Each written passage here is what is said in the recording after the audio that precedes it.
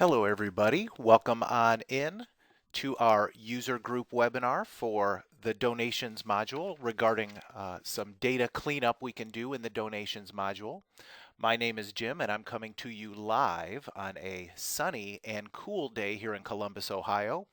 It is so nice to have you guys here with me today, where we will be spending the next hour or so talking about some of the topics regarding some basic data cleanup techniques that you can use in the donations module that will hopefully make your lives a lot easier. We'll be covering some basic techniques that are involved in kind of getting your donations data into good shape here. Very important as we're getting towards the end of the year here. We'll talk about how to deal with folks who pass away and how to deal with their giving for the other members of their family, how to deal with situations where you may have individuals in your database multiple times if you have duplicate records in your system, and we'll talk about dealing with giver numbers in the donations module, including how to reassign giver numbers starting in January of 2014 so that you could maybe go in there and what we'll do in our example is we'll alphabetize our giver numbers as of January 1st, 2014. So alrighty, let's go ahead and get rumbling here. You'll see on your screen here we have Church Windows, which is our current version listed here, which is the 16.13.2 update. And I'm going to launch our donations module by clicking on this link right here. Here we are in donations. Okay, so the things that tend to trip people up when dealing with the donations module, in my opinion, there's two main things that trip people up and confuse folks when dealing with the donations module. The first of which is the fact that you can have people entered directly into the donations module. So you can add individuals right here on the donations module, or you can add people into your membership module, and when you do that, they then also appear here in donations. And when people get confused about whether somebody's been added here in donations versus over in the membership module, that causes some confusion to folks there. So we're going to discuss that topic at length here today. And then the other thing, in my opinion, that people kind of tend to get hung up on are dealing with giver numbers here in donations. Because giver numbers aren't assigned to a particular year, for example. So they don't necessarily get assigned to an individual from January through December of a specific year. You can specify in the program what date range you want to assign numbers. You could assign somebody a giver number right now today on November 14th, 2013. And if, for example, you were to print a report from prior to that, their name would display without a giver number because that number did not belong to that individual or that family until today. So we're going to, at the end of our session here today, we're going to discuss some of the topics involved there with giver numbers. We're going to start with how to deal with the death of a spouse specifically, because we get many questions about how to deal with that type of a situation here. The best place to go when you're kind of looking at your givers in your donations system here is if we go to our Givers tab here along the top of our donations module window. You can click on Manage Givers here. You can also get to this same screen from the shortcut on our opening image map right here for Manage Givers. So I'm going to go ahead and click there, and it will take us into our list. Some of the things that you can determine just by looking right at this window are whether a giver number belongs to an individual within a family or whether that giver number belongs to the entire family, or whether multiple family members share a giver number. You can determine that just by looking at this screen, by looking down your giver number column right here. If you see a giver number with a white background, such as the Jan Adams right here, you see giver number 9 with a white background, that giver number belongs only to Jan Adams in that situation. If you see a giver number with a blue or a gray background, such as the situation here with Bill Albrecht and Susan Albrecht, you see giver number 64 with this blue background here, that is telling you that these folks give as a family unit. So any gifts that you enter to either of these individuals will then be rolled into a single giving statement at the end of the year. So if I select Bill in this example, you will see over on the right side of the screen, you'll see Bill's pertinent information on the name tab right here, William Albrecht listed right here. If I come to the tab along the top here, you will see that there is a checkbox here for Gives with Family. This is the place where you can come to change whether somebody gives as an individual or whether their giving gets rolled in together with their entire family here. So again, to follow my first example, as I said, when you come over to here and see Jan Adams's record, if I were to select Jan, you'll see that on her giver number tab, she does not have a check mark for Gives with Family. That allows her gifts to be recorded separately in the system, and then if there were other individuals in her family, they could have their giving recorded and they'd receive a separate giving statement when you print your donation statements. Also on this screen, you can also take a look at an individual's address information by clicking on the address tab here. Other pertinent contact information can be located here on the contacts tab. Whether they have, if you're going to be using the emailing functions for the donation statement report here in donations, you can select what email address that will be going to. All right.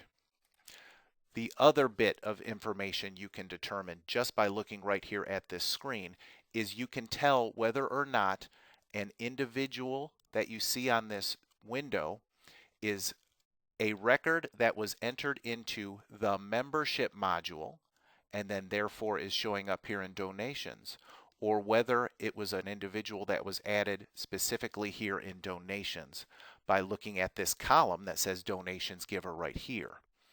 If there's a check mark in this box, such as for Carolyn Ames here, you see we have a check mark that she is a donations giver.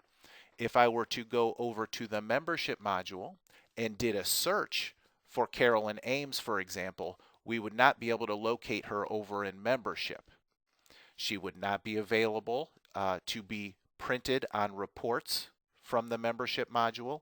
You could not record her under the attendance module over there in membership. So those are some of the limitations that you have for folks who are added as donations givers. So you can determine that just by looking right here at this screen. Okay. More on that in just a moment.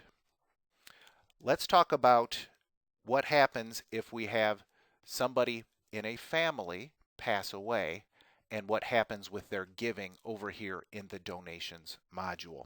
The first example I'm going to start with is Robert Eltoff. So if I come over here into the upper left hand corner of my Manage Givers window here, I can do a search here by typing that individual's name or by typing in their giver number up here. So I'm just going to type in the name Eltoff, and right there is Bob listed here. So if I select Bob, it'll take me down to his record. You'll see that his giver number is highlighted in blue, which means that he gives with his family. He and his wife Ruth share the same giver number, number 26. So in this example, if Bob were to pass away, the first step, as was actually covered in our Tuesday membership data cleanup webinar, would be to go over into the membership module and mark that individual with a reason for termination. When that is done, what happens over here in donations basically is all of the gifts that had been recorded to giver number 26 will be unaffected because that envelope number belongs to the entire family here. Let's see. Let's go ahead and take a look at what happens with this. I'm going to go ahead and switch my view over to the membership module here. I'm going to go to membership and members. Go find Bob here.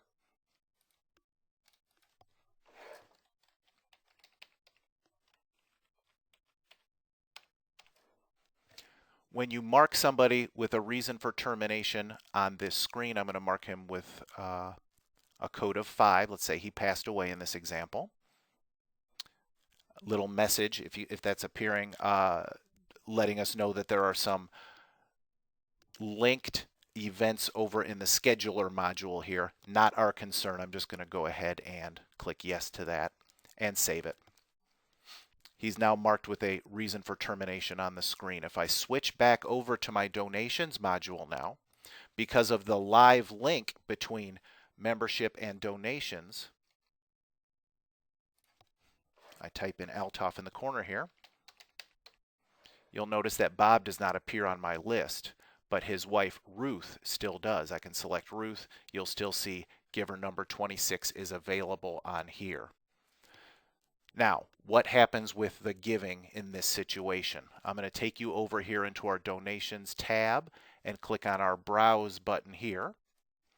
This will take us to our donations browser, which shows us a history of all of our gifts that we've recorded here in the donations module.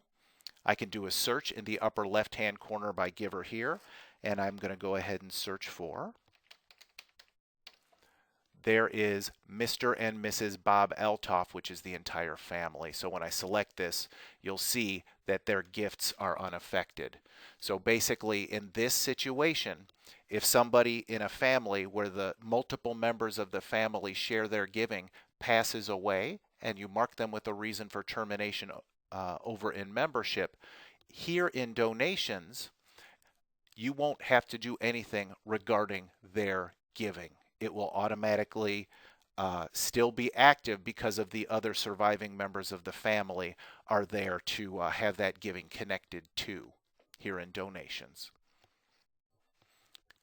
The second example I want to get into is if there is a family where an individual who has giving on their record passes away and they're marked as giving individually.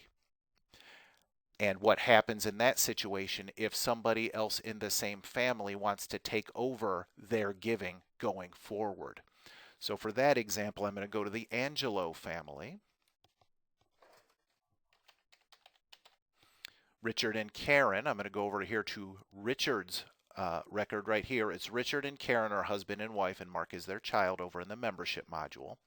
So if I come over here to Richard, you'll see that his giver number under the giver number column over here has a white background letting you know that he gives as an individual. You'll also see over here under the giver number tab, there's no check mark in his gives with family checkbox over here. So now, if for whatever reason we had to mark him with a reason for termination.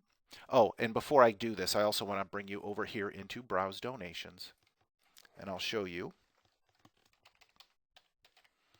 There is Richard Angelou, giver number 12. You'll see there's a bunch of gifts here recorded to his record. If I come to his wife, Karen, right here, we have a couple of reversed transactions. Let's go ahead and uncheck that. Let's pretend we didn't see any of those. We'll see we don't have any transactions over here on her record. Okay, so now if Richard were to pass away, I'm going to take us over into our membership module and do this. Switch over to membership. Do my find.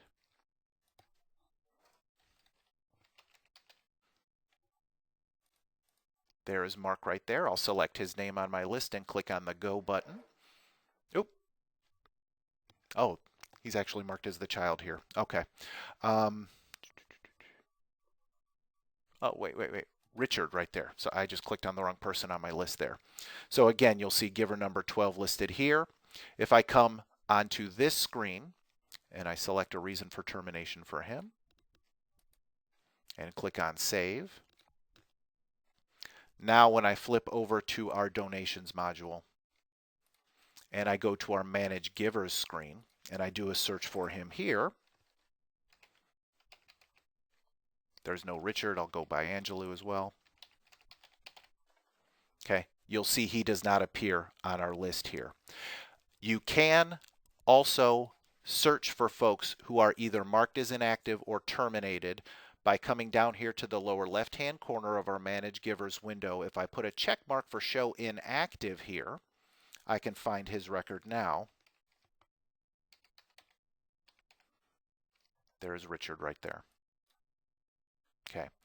Now, the problem here is going forward, when I go to my Enter Donations window, if I try to type in giver number 12, which was Richard's number, or I try to search for him by name, by default we won't be able to locate him and record any giving for him.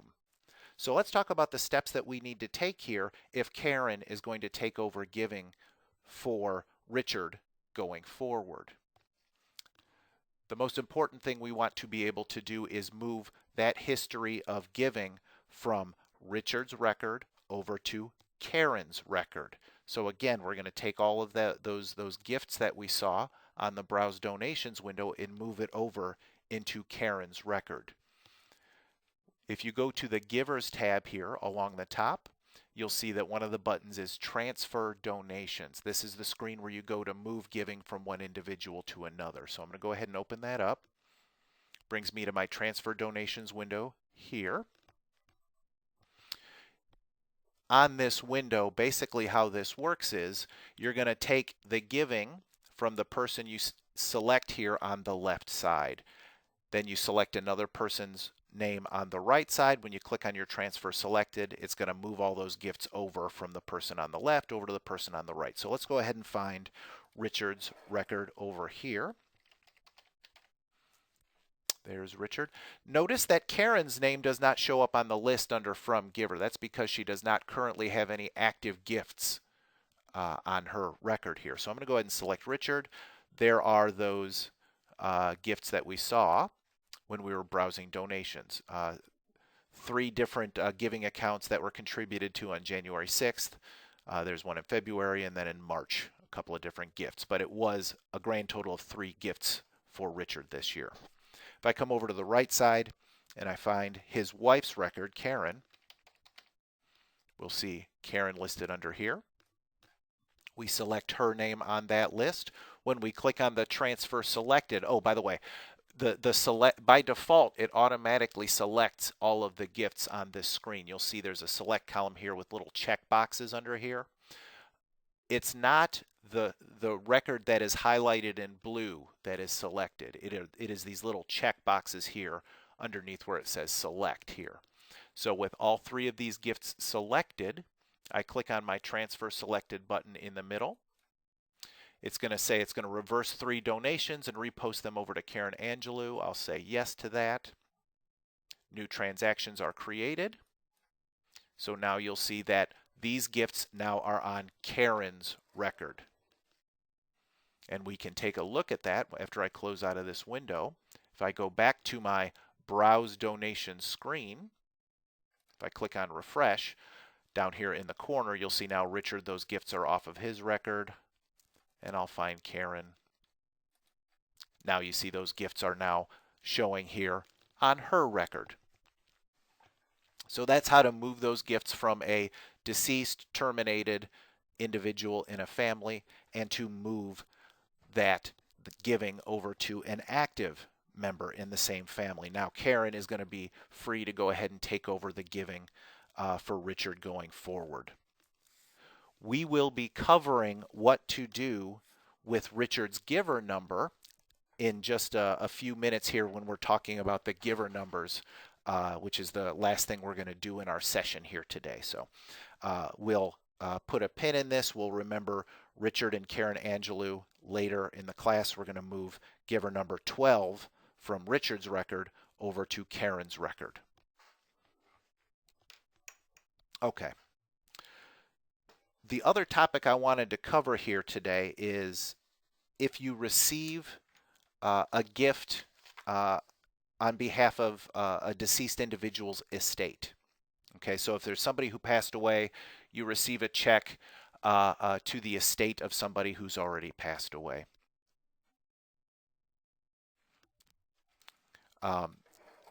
In that situation, now when we're talking about this, this would be for somebody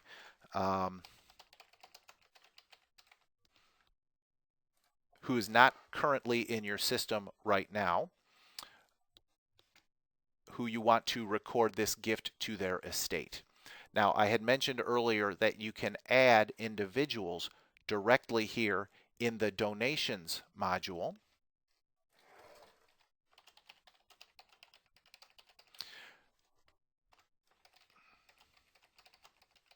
Okay, there we go. Again, just to let you folks know, that giver number from Richard to Karen, I'm going to be talking about that in just a couple of minutes. Just hold on to that thought. Here at the end of the session here, I'm going to show you what we're going to do with that giver number. I kind of organized this session here we're going to cover giver numbers at the end here. So just kind of hold off on that. We'll be talking about how to move that giver number 12 from Richard's record over to Karen's record in just a couple of minutes. Okay, so again, you can add individuals directly here in the donations module. And when you add somebody here in donations, they do not then appear over in membership. They won't appear on reports over in membership. You can't record attendance for those individuals over in membership, which is why, generally speaking, 99% of the time, when you have somebody that you want to record giving for them here in donations, the correct way to add them to your system is by going over to your membership module and adding them here in membership. It is a very rare circumstance where you would want to add them in donations and not have them appear over here in the membership module. But one of those situations is if you do receive a gift to the estate of a deceased individual. Now, adding a new individual here in donations only, you can do that here on your Givers tab. There is an Add Individual button right here. And again, this only adds this person here in donations. So when I click on Add Individual, it takes me to this Add Donations Individual Giver window right here. In this case, it most likely would not be appropriate to assign this person a giver number because they weren't a member of the church in the first place. A giver number is never required here in donations in order to record giving to an individual. You can record giving for folks without a giver number. So in this circumstance, I'm going to go ahead and not add a giver number here. I'm going to go ahead and say that they will receive a statement because we will want to print a donation statement here at the end of the year so that when the will is all sussed out and all of the legality is taken care of here, there will be that legal document recording all of the gifts, the charitable donations on behalf of that individual. So we will want to print a donation statement at the end of the year. So in order to do this, in the first name field, what we're going to do, estate of, and then the individual's first name. Okay, so estate of James, I'm going to go over here to the last name. His name was James Johnson.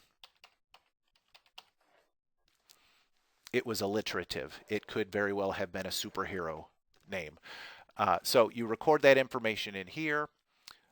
Any of the other information that is appropriate in here, then you can add their address information under here, under address, by clicking on our plus button.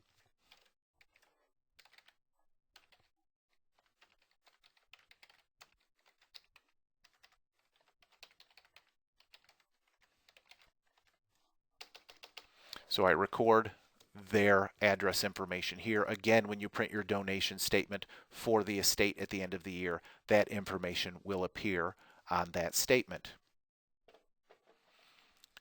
I click on the Add Giver button right here to add this individual to your database, to our donations database here. Click on Add Giver. Now I can click on Finished Adding Givers right here. So now, when I come over here to the Manage Givers window here, I can come over here to Individual Givers. I can search by name. I'm just going to search by last name.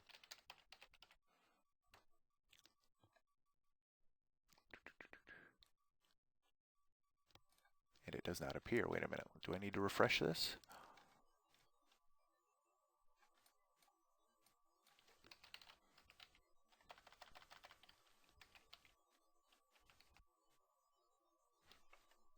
I may need to actually exit out of this window and open it up again for that person to show up on here. You know, guys, it's always something. There it is. I had to exit that window and open it up again in order for this list to refresh. So here's that individual, the estate of James Johnson. You'll see that they are recorded as a donations giver here. So now you can record donations for this person the way you normally, or for their estate, the way you normally would under donations and enter donations. You record a gift there. Let's go ahead and say we received a check today. I'm just going to show you this quickly here. There's the estate of James Johnson. I just type in the name. You can do it. You can search for it there. It's a $1,000 check that you received to the general fund. You would add that to your batch, and then you can post it. So again, that would be that $1,000 check that was posted to the estate. Now you can go on ahead, print a donations statement for that individual, and since you will not be recording any more giving to the estate of James Johnson from this day forward, the last step to take once you've recorded that gift is to come back to the Manage Givers window, find that record, and use the inactive or terminated checkbox here. If I mark this record as inactive, then if I exit out and come back in again, going forward from here, you'll see that it's not by default going to show up when I search for that person. You will not be able to record any more giving to that individual unless you're specifically trying to record gifts to a terminated individual. So that is that situation if you ever receive a gift for the estate of. Okay. So that's just some of the scenarios involved with folks who pass away and the way to handle their giving here in the donations module. Alrighty, so some of another topic I want to make sure that I cover, and this is a common one. This is one, as I had mentioned before, you do have the ability right here in donations to add a person here in the donations module. And when you do that, that person only appears here in donations. So as an example, let's say that somebody who is recording the donations here in Church Windows is going through the plate here, or however they're counting up your donations, and sees a check from somebody who is not currently in your system. You can't, and in that situation, as I advised you before, whenever you get somebody like that, I recommend coming over here to your membership module and adding them here in membership. Okay, but oftentimes that does not happen, and that individual gets added right here into your donations module, either by clicking on Add Individual right here. You can also add individuals right here on the Enter Donations window. We see this all the time as well, where somebody might come in here. you search for somebody's name here, you can't locate them there. You click on Add Giver right here by clicking on this little green button, and you add a new individual into your system just so you can record a check for that individual. Then later, maybe a couple of weeks later, this person starts showing up to the church regularly, and now it's time to add them over into membership because you want to start recording their attendance in the system, or you want to send them a newsletter or something along those lines, and you add them over in your membership module. When that happens, now you're going to have that record in your database here twice, and I'll show you what that ends up looking like.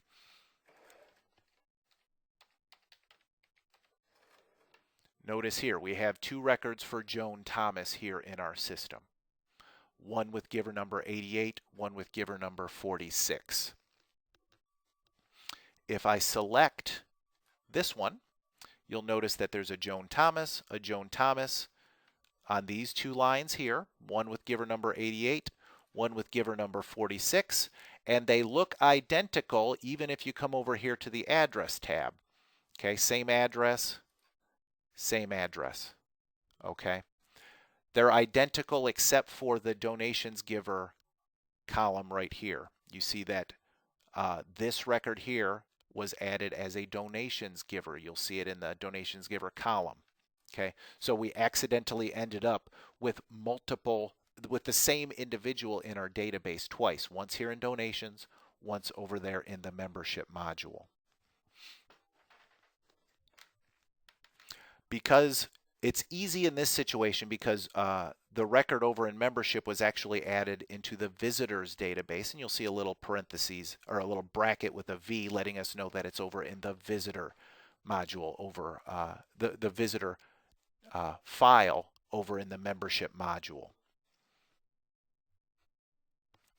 So if I come over here to our membership module and I flip over to our visitors section, I can click on my Find button. I can look for the last name Thomas, and we'll find Joan over here. Okay, so now what we need to determine, it's not going to be valid to keep both of these records in our Church Windows databases here. Joan is only one person. Therefore, she should only be one record here in your database. What you want to do in this situation is if there is giving associated with any one of those records, you need to combine that giving into one record and inactivate or terminate the record you're not going to be using anymore. So what I'm going to do is I'm going to go to my Browse Donations window, and I'm going to see if there's any giving for these records in our database here. Again, on the Browse Donations window, I can search for individuals in the upper left-hand corner here. Type in the last name. There are the two different Joan Thomases. The giver number 88 is the one that was entered here in donations. I'm going to select that, and it looks like we do have a gift from that record here in donations. If I click on my down arrow and I select the other Joan Thomas, the one that is in the membership module, I will see that there is giving associated with that record as well. What ends up happening when you print donation statements in this situation is Church Windows is not going to be smart enough to know that these are supposed to be the same person, and it will generate two separate donation statements in that situation. So you must combine this into one record and kind of get rid of or inactivate the other record that you don't intend to use.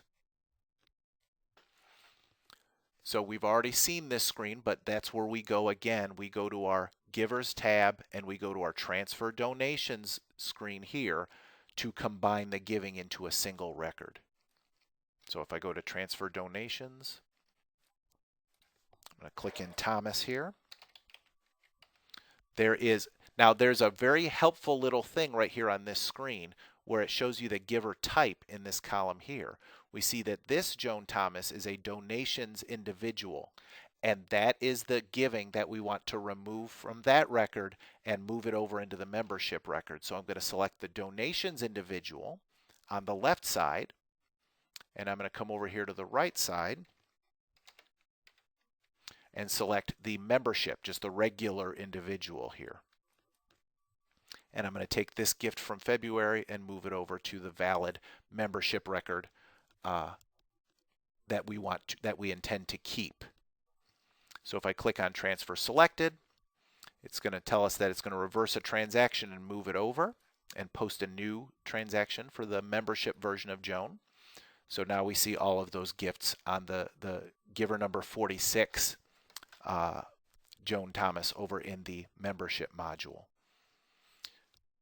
Then the last step here, so that we don't accidentally add future giving to the wrong record, the one that's over here in the donations module, we're going to come back over to the Manage Givers screen. Again, we may have to come over here to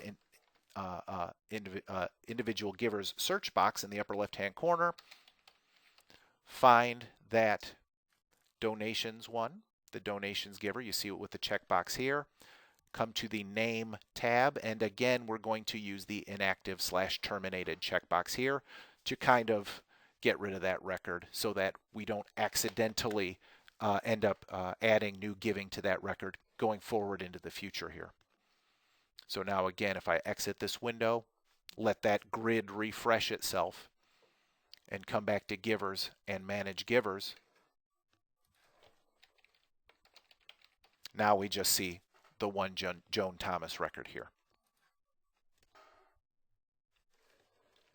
Okay, now I'm going to take a moment here because I want to talk about something that might help you a great deal with your data entry here. I'm just going to take a quick moment here and talk about this, because whenever you're trying to track down discrepancies, or you might get confused about duplicate records and membership and duplicate records over in the donations module, and you kind of can get turned around with this stuff.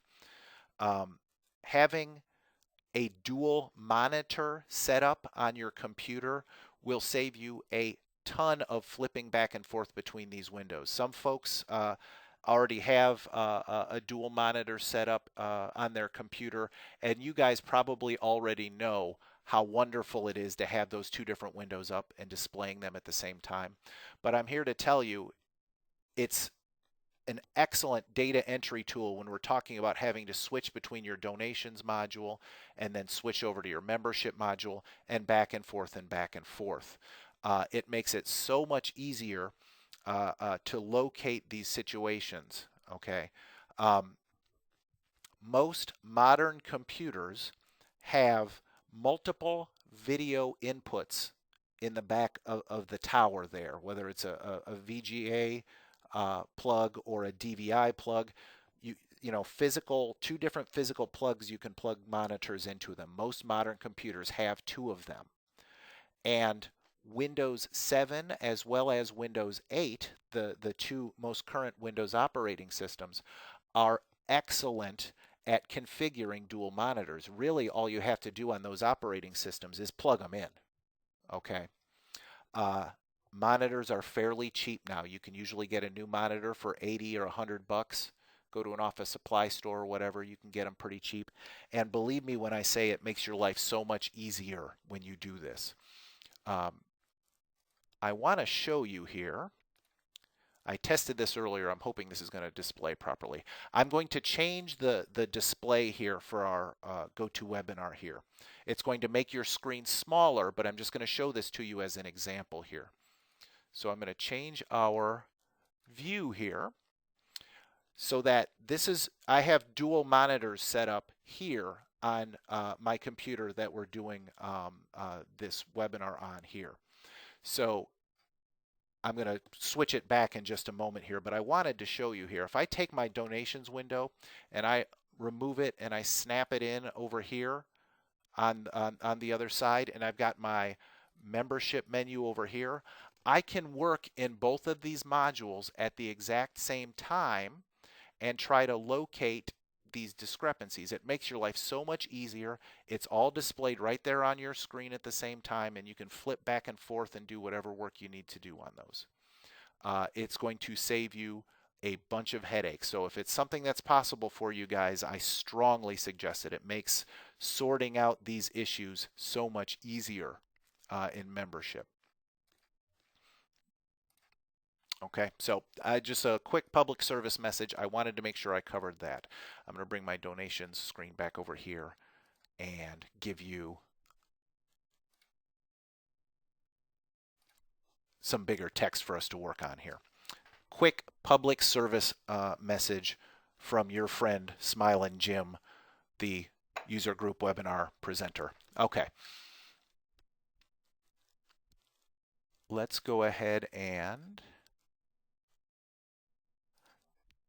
take a look at some of the issues confronting working with giver numbers here in the last 15 minutes or so here in our webinar. Okay, so there are several places you can go in the donations module to work with your giver numbers. You can, right here on your Manage Givers screen here, delete, add, edit giver numbers by simply clicking in the giver number box here and typing a new number in. This is not what I recommend you do, and I'm going to show you why in just a moment. Here's Wayne Wilson.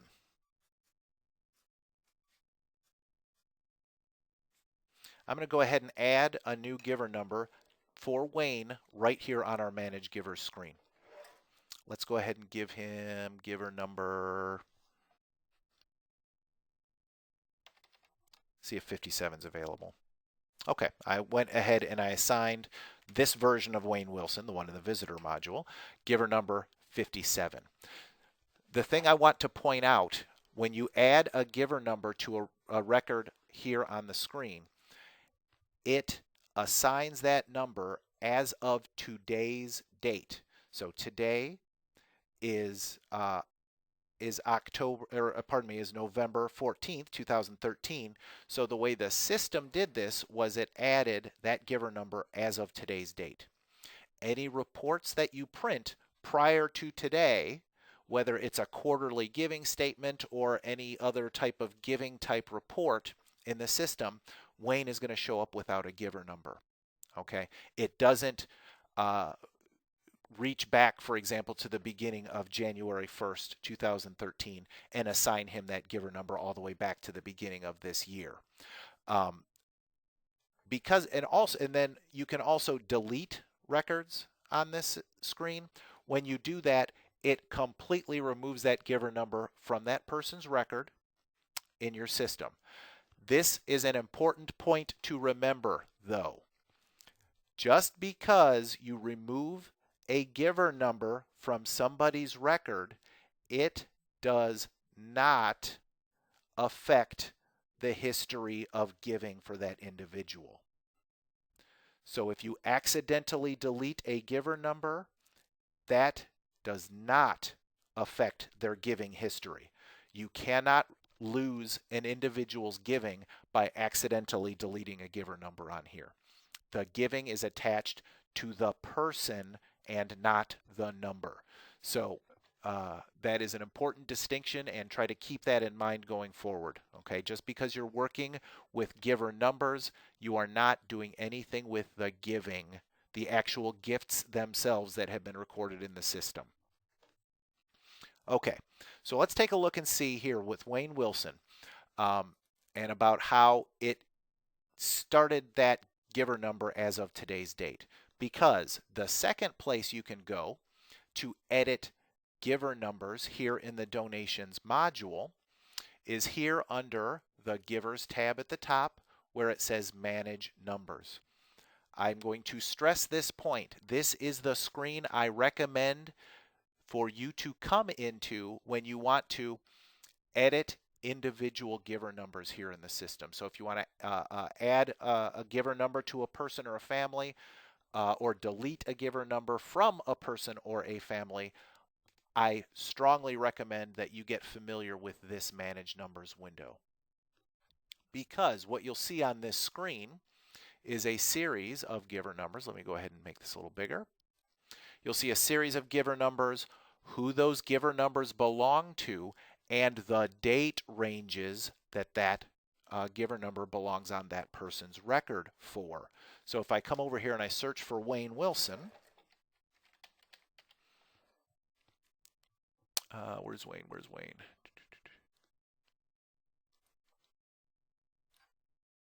And I select him here. Okay, here's what happens. Notice he does not show up on here. This screen is currently displaying only current giver numbers. If I click on Future and I look for Wayne,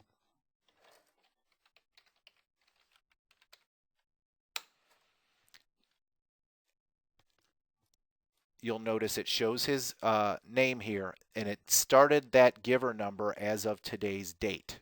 Okay, so anything prior to today, that record is not considered, that giver number is not considered on his record. This means that at the end of today, evidently, that this number shows up on his record. If I uncheck Future, okay, it does still show. Okay, so not sure why it didn't search for him properly the first time, but there's giver number 57. It starts on November 14th, 2013. You'll notice the end date is blank on here.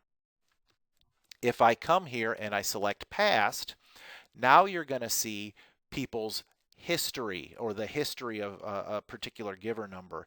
You'll see here giver number 56 back in 2011 through halfway through the year there used to belong to Kevin Wall, and then we reassigned that number to a different record, Mr. Kelvin Wall, probably assigning it to the family. So you're going to see the history of these giver numbers on here.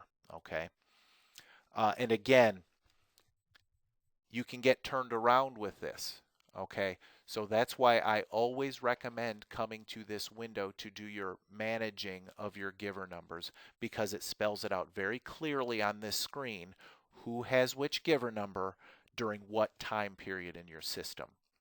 The cleanest way to display this screen is only to display your current giver numbers with this checkbox in the upper right hand corner. Then all of that history stuff goes away, and you're only dealing with who has these giver numbers right now on today's date. So let's go ahead and talk about how to add a new giver number to somebody in your system here. If I click on my down arrow, I can do a search from here, or I can just scroll. Let's say I want to add a giver number to Kevin Ramirez here. If I select Kevin's name on the screen here, there is an Add New Number button listed right next to this. If I select Add New Number, we can assign a number to that person's record, and notice how it defaults to the beginning of the calendar year, January 1st, 2013. This puts that number on their record reaching back to the 1st of January in this year. Now, just a quick note on here, just because I'm sure people are going to wonder about this. How am I going to know what numbers are available? You can, right here from donations here. Well, first of all, you could sort by number if you just click in this box here, and you can just kind of eyeball what dates are available here. Or alternatively, you can print a giver number report as well by coming to your Reports/Export tab here along the top. Go to your Lists and Labels menu and select the List Giver Numbers report. It defaults to giving you an unassigned giver number report. Let's say I want to go giver number 1 through giver number 999. Numbers as of, let's go ahead and do it January 1st, since I'm going to assign this number to him for the entire year. If I print, we'll see that giver number 1, 2, 3. I'm going to go ahead and assign, since it's available, I'm going to assign him giver number 1. So that's how you can get that list of available giver numbers. Oops. Again, that's under your Reports Export tab, under Lists and Labels, and List Giver Numbers. So now, to assign that giver number, I'm going to come back to our Givers tab, come back to Manage Numbers. I'm going to search for Kevin Ramirez. I'm going to select him here. I'm going to go to Add New Number. And as of January 1st, 2013, I'm going to assign him giver number 1. Click OK.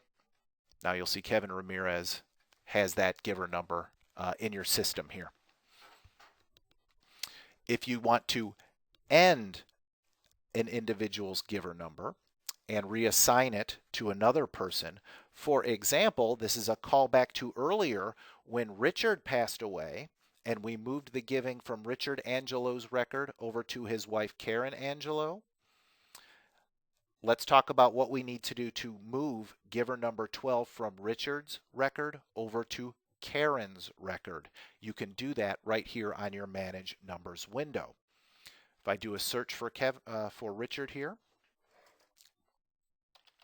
The other thing I wanted to point out, you can also search by giver number here. So I can also just search for giver number 12, since I know that's the record that's on his that's the number that's on his record. So I can select that there. So from here, if I select Richard, I can simply add an end date on here. So let's say, for example, there's a couple of things we could do. I could simply completely remove that number from his record by clicking on the minus here.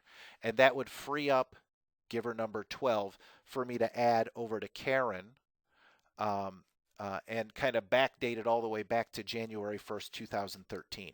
So if I wanted to do it that way, I could simply click on this minus button here and it would remove giver number 12 from Richard's record. I'm not going to do that in this case here. What I'm going to do is I'm going to move the giver number from Richard to Karen's record like halfway through the year here. Let's say on November 5th is the day he passed away. So I'm going to end this number on Richard's record as of 11/05/2013. Oops, or 2013. Then I can simply hit the Tab key on my keyboard here, okay, to lock that in. That makes giver number 12 available as of 11/06/2013. Now I can add that number to Karen's record so she can then have that number going forward. So there's Karen's record right there. I'll select her. I can use my Add New Number button over here to the right. I'm going to assign her giver number 12, and that number became available in our system as of 11/06/2013. So number 12 belongs to Richard all the way up through 11/05, and then it transfers over to Karen's record starting on 11/06. When I click OK, now you'll see that she has giver number 12. It started on 11/06/2013.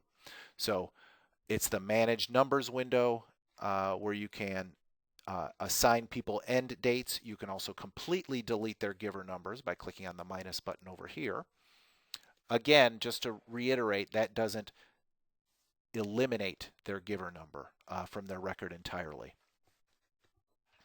Because I'm running a little bit long, I need to kind of let that go at that, because I also wanted to make sure I covered reassigning giver numbers for the 2014 year. So you want to also be able to reorganize, reassign, and reassign a number, a large number of giver numbers to records starting on January 1st, 2014. This is a common thing that a lot of churches do for their end of year. So that particular function is not handled on the Manage Numbers window there, because that would be way too much work to do those all individually the way I just showed you. What you want to do is come over here to your Givers tab and go to Auto Assign Numbers here. When you come to the auto assign numbers, it gives us a little warning message letting us know that that we have exclusive access to the donations data. Basically what this means is if you're on a network for church windows, other folks will be nobody else on your network getting into church windows is going to be able to do anything with giver numbers while you're here. They'll get a message letting them know that they're not allowed to make any edits while you're doing this. Okay, so when you first click on that window, you're taken to this screen where you set right up here at the top what date you want to assign the numbers as, when you want to begin the numbers with. So again, it's going to default to January 1st, 2014, which is exactly what I want to do. So I'm going to go ahead and click OK there. Now, here is where you determine which people you want to be assigning numbers at the beginning of 2014. So here's what we're going to do here. I'm going to start by deselecting those without a giver number. And that brings us to this list of all of these folks who currently have giver numbers in the database here. I'm going to go ahead and click Select All and add those to my list. Now, from here, if there are folks who you do not want to assign a giver number as of January 1st, 2014, you can remove them from this list here. So for example, Jan passed away or whatever, you can select her name, remove it from the list.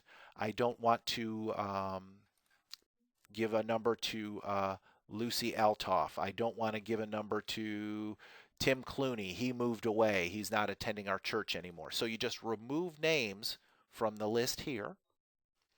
And then the names you're left with are all of the folks that you're going to reassign their number for starting in 2014.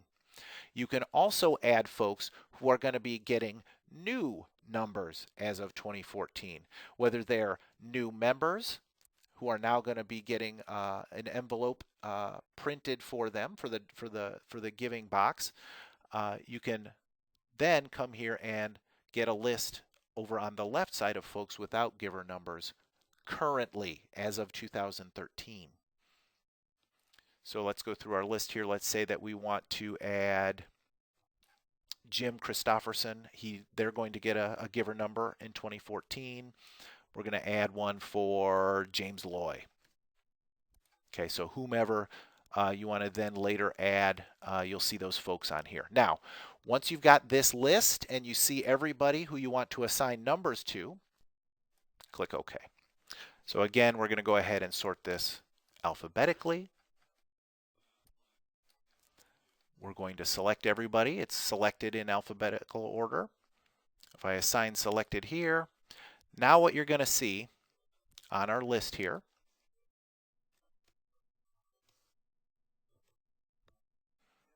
is a number of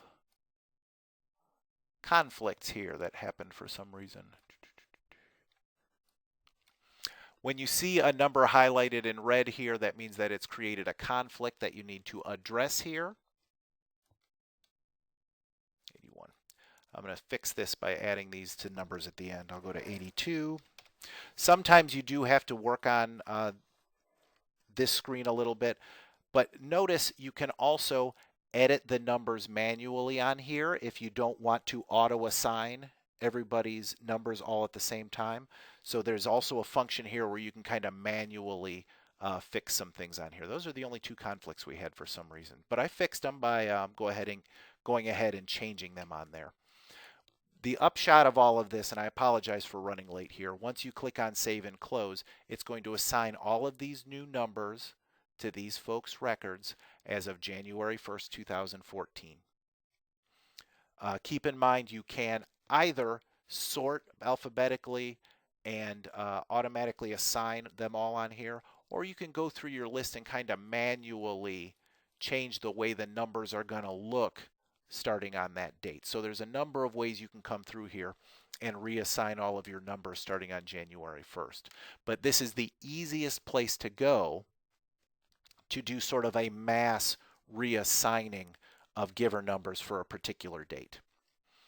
Once you've got everything to your liking on this screen and all the numbers look how you want them to look for January 1st, 2014, you click on your Save and Close button right here, and it reassigns all of those numbers to those folks as of that date. Okay? All right, so that is a thumbnail sketch of a lot of the ways you can manage and clean up your donations data. Some good things you want to look at heading into the end of year here this year. Okay, so that's all the information I've got for you folks. I'd like to thank you guys for joining me here today, and I hope you have a good rest of your afternoon.